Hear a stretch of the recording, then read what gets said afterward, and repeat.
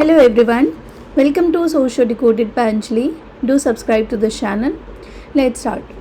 आज हम ना रिसर्च मेथोडोलॉजी के एक बहुत ही इंटरेस्टिंग और फैसिनेटिंग टॉपिक को डिस्कस करने वाले हैं, एथनोग्राफी।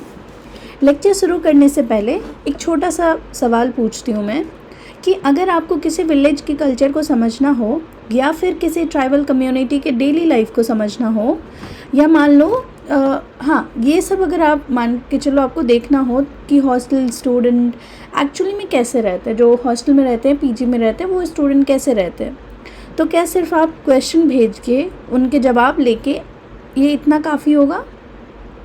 बिल्कुल नहीं, है ना। क्योंकि कुछ चीज़ें ना नंबर्स में नहीं मिलती, उन्हें समझने के लिए लोगों के बीच में रहना पड़ता है, ठीक है। और उनकी लैंग्वेज, उनके कस्टम, उनकी डेली रूटीन और उनके वर्ल्ड व्यू को एक्सपीरियंस करना पड़ता है, और इसी प्रोसेस को हम कहते हैं एथनोग्राफी। ओके, अब एक ना एग्जांपल लेते हैं, ठीक है। इमेजिन करो कि आप ना किसी ट्राइबल कम्युनिटी के बारे में रिसर्च करना चाहते हो। आप उन्हें सिर्फ 10 क्वेश्चन पूछकर नहीं समझ सकते, है ना। आपको ना उन्हें उनके साथ रहना होगा, उनके फेस्टिवल अटेंड करने पड़ेंगे, उनके डेली एक्टिविटीज़ को ऑब्जर्व करनी होगी और उनके बिलीफ और ट्रेडिशन को ना समझना पड़ेगा। तब जाकर आप समझ पाओगे कि उनका वर्ल्ड व्यू, उनका नज़रिया क्या है, कैसा है ना। और यही है एथनोग्राफी का एसेंस।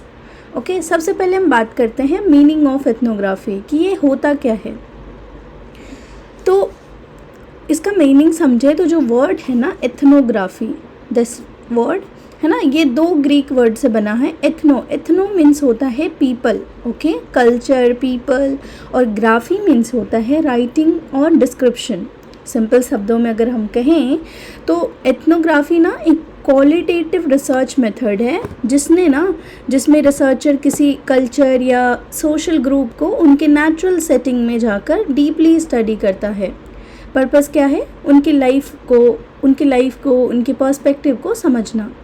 अब जैसे एथनोग्राफी ना सिर्फ लोगों को ऑब्जर्व नहीं करती, है ना। एथनोग्राफी लोगों की दुनिया को उनकी नज़र से देखने की कोशिश करती है। अब मैं आपसे एक सवाल पूछूंगी कि अगर आप हॉस्टल स्टूडेंट की लाइफ स्टडी करना चाहते हो तो मेस के खाने के बारे में उनकी फीलिंग, एग्ज़ाम टाइम पे उनका स्ट्रेस, रूममेट के साथ रिलेशन, ये डेली रूटीन उनका क्या है, तो कौन सी मेथड बेस्ट होगा? अगर आप ये सब जानना चाहोगे तो वो होगा एथनोग्राफी, है ना। अब बात करते हैं फील्ड वर्क के बारे में। ये है heart of ethnography. Okay, ethnography का ना सबसे इम्पॉर्टेंट एलिमेंट है फील्ड वर्क। फील्ड वर्क के बिना ना एथनोग्राफी अधूरी है। रिसर्चर एक्चुअली ना फील्ड में जाते हैं, नेचुरल एनवायरनमेंट में, रियल लाइफ सेटिंग्स में जाते हैं। एग्जाम्पल जैसे आप अगर रिसर्चर फिशरमैन कम्युनिटी को स्टडी कर रहा है तो वो ऑफिस में बैठ के रिसर्च नहीं कर सकता। वो फिशिंग विलेज में जाना पड़ेगा, लोगों के साथ इंटरैक्ट करना होगा और बोट्स देखने होंगे, बोट चलाने होंगे और उनके डेली रूटीन को समझना पड़ेगा। अब जैसे एथनोग्राफिक रिसर्च ना वीक्स में नहीं होते, मंथ या ईयर तक चलती है। क्यों? क्योंकि ना ट्रस्ट बिल्ड करना पड़ता है और उसमें वक्त लगता है ना। थिंक अबाउट इट, आप किसी स्ट्रेंजर को अपनी पर्सनल लाइफ की सीक्रेट पहले दिन पे बता दोगे क्या? नहीं ना। और इसीलिए एथनोग्राफर को ना कम्युनिटी का ट्रस्ट अर्न करना पड़ता है और उसमें ना वक्त लगता है। अब बात करते हैं पार्टिसिपेंट ऑब्जर्वेशन के बारे में। एथनोग्राफी का मोस्ट फेमस टेक्निक है पार्टिसिपेंट ऑब्जर्वेशन। इसमें ना रिसर्चर ऑब्जर्व भी करता है और पार्टिसिपेट भी करता है। एग्जाम्पल जैसे सपोज रिसर्चर ना विलेज वेडिंग के ट्रेडिशन को स्टडी करना चाहता है तो वो सिर्फ दूर से ऑब्जर्व नहीं करेगा, वो फंक्शन अटेंड करेगा, लोगों से बात करेगा, एक्टिविटीज़ में पार्टिसिपेट भी करेंगे वो, और साथ ही वो अपने डायरी मेंटेन भी करेंगे, नोट्स भी बनाएंगे। टाइप्स ऑफ पार्टिसिपेंट ऑब्जर्वेशन की बात कर लिया हमने, ऑब्जर्वेशन वाले क्लास में लेक्चर में भी देखा था इनके टाइप्स, बट एक बार वापस से देखते हैं। एक होता है पार्टिसिपेंट ऑब्जर्वेशन, मतलब कंप्लीट पार्टिसिपेंट, यानी रिसर्चर ना फुल्ली ग्रुप के पार्ट बन जाते हैं। एक होता है पार्टिसिपेंट एज ऑब्जर्वर, मतलब दूर बैठ के ऑब्जर्व करना। रिसर्चर पार्टिसिपेट करता है और लोगों को पता भी होता है कि वो रिसर्चर है, पर कंप्लीट वाले में ना पता नहीं होता, ठीक है। तो ये सारे हैं ऑब्जर्वर एज पार्टिसिपेंट, यानी रिसर्चर ना मेनली ऑब्जर्व करता है, पार्टिसिपेट उसका लिमिटेशन होता है, दूर से बैठ कर ऑब्जर्व करता है। अब एक एग्जांपल लो, अगर आप अपने कॉलेज कैंटीन कल्चर पर स्टडी कर रहे हो, ठीक है, और डेली ना स्टूडेंट के साथ कैंटीन में बैठे हो, उनकी कॉन्वर्सेशन सुनते हो, उनके फ्रेंडशिप पैटर्न समझते हो, तो आप पार्टिसिपेंट ऑब्जर्वेशन कर रहे हो, है ना। अब बात करते हैं रिफ्लेक्सिविटी क्या होता है, इसके बारे में भी समझते हैं, ठीक है। एक बहुत इंपॉर्टेंट कॉन्सेप्ट है रिफ्लेक्सिविटी, यानी एथनोग्राफर को कॉन्स्टेंटली अपने आप से सवाल पूछना पड़ता है। एग्जाम्पल, मैं किस बैकग्राउंड से आती हूँ या आता हूँ, मेरे बिलीफ क्या हैं, क्या मेरी पर्सनल ओपिनियन रिसर्च को इन्फ्लुएंस कर सकती है या कर रही है। एथनोग्राफर में रिसर्चर भी रिसर्च का मतलब पार्ट बन जाते हैं, मतलब एथनोग्राफी में ना रिसर्चर उस रिसर्च के पार्ट बन जाते हैं, इसीलिए ना सेल्फ अवेयरनेस बहुत इम्पॉर्टेंट है। एग्जाम्पल, अगर urban researcher rural community study कर रहा है तो उसको ना अजम्पशंस रिसर्च को, उसके अजम्पशंस जो है ना रिसर्च को अफेक्ट कर सकता है, इसीलिए रिफ्लेक्सिविटी जो है ना रिसर्चर को अवेयर रखता है, ठीक है।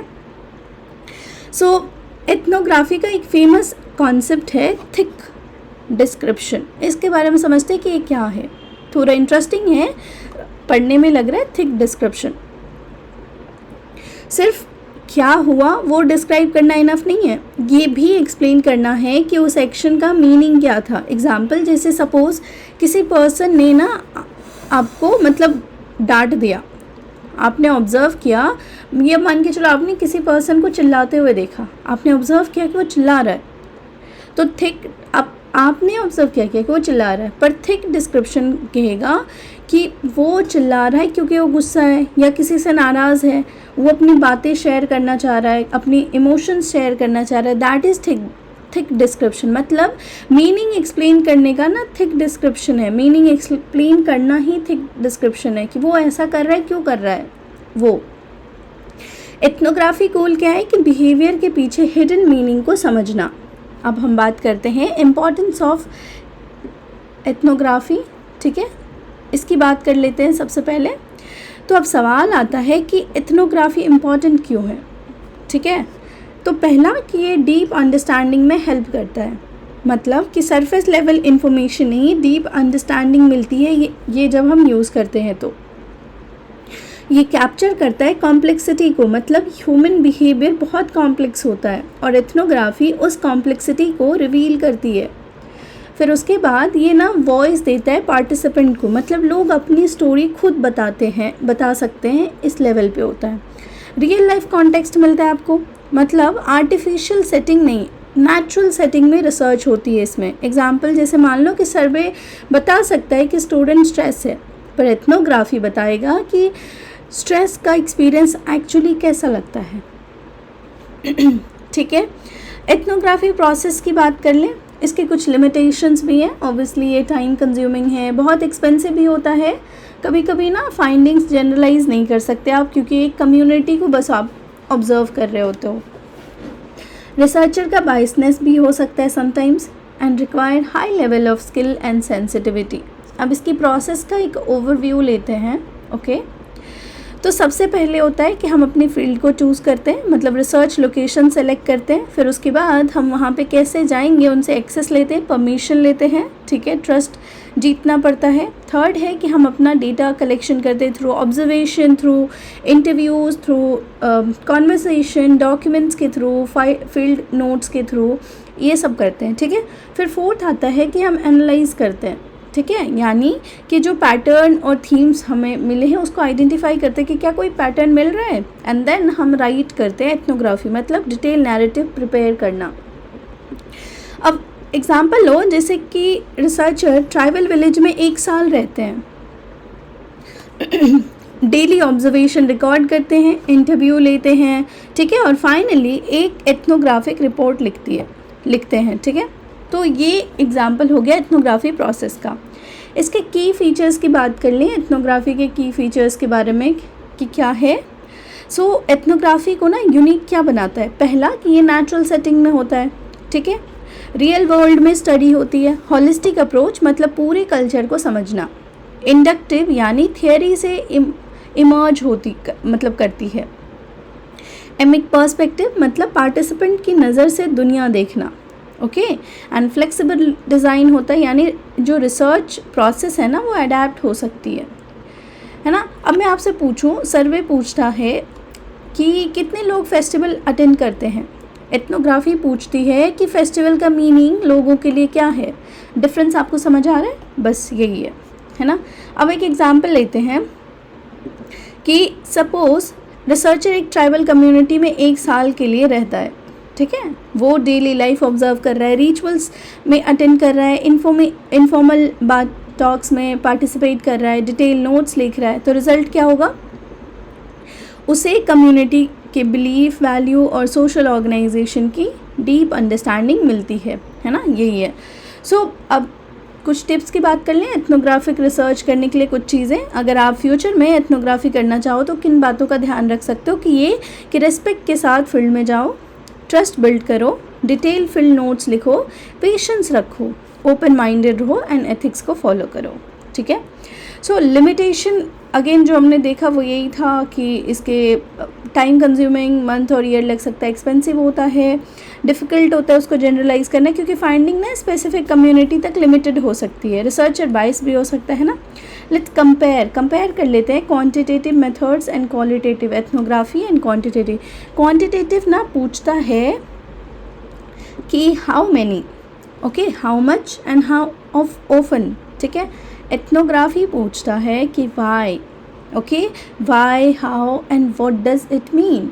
तो डिफरेंस समझो आप कि एग्जाम्पल लो, जैसे survey 80% student use social media, तो एथनोग्राफी बोलेगा कि स्टूडेंट सोशल मीडिया का यूज़ किस पर्पज़ से करते हैं, किसकी किससे उसकी आइडेंटिटी शेप होती है, उसकी फ्रेंडशिप कैसे इन्फ्लुएंस होती है, ये सारे सवाल पूछेगा एथनोग्राफी। और क्वांटिटेटिव सिर्फ डेटा लेके निकल लेगा। So let's quickly recap.